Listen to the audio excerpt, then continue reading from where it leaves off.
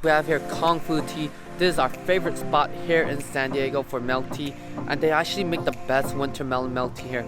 There are a few other Kung Fu Tea locations around the world, but we find that this is the spot for the one and only the best winter melon milk tea they have. This is actually the first spot we've ever tried the winter melon, as they gave it out in samples.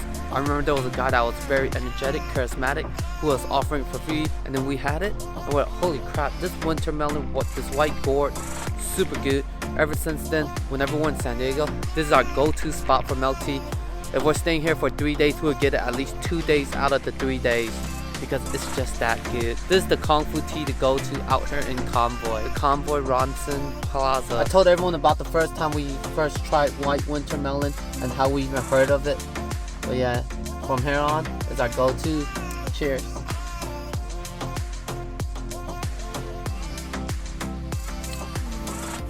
Just like I remember. Creamy. Not super sweet. It has that like aftertaste of winter melon. It's just like there's no other milk tea. Yeah, not bad at all. It's our go-to when we want winter melon milk tea. The best of the best. And only this location has the best of the best. Every other location is a hit or miss. Especially the one back at home in the Bay Area.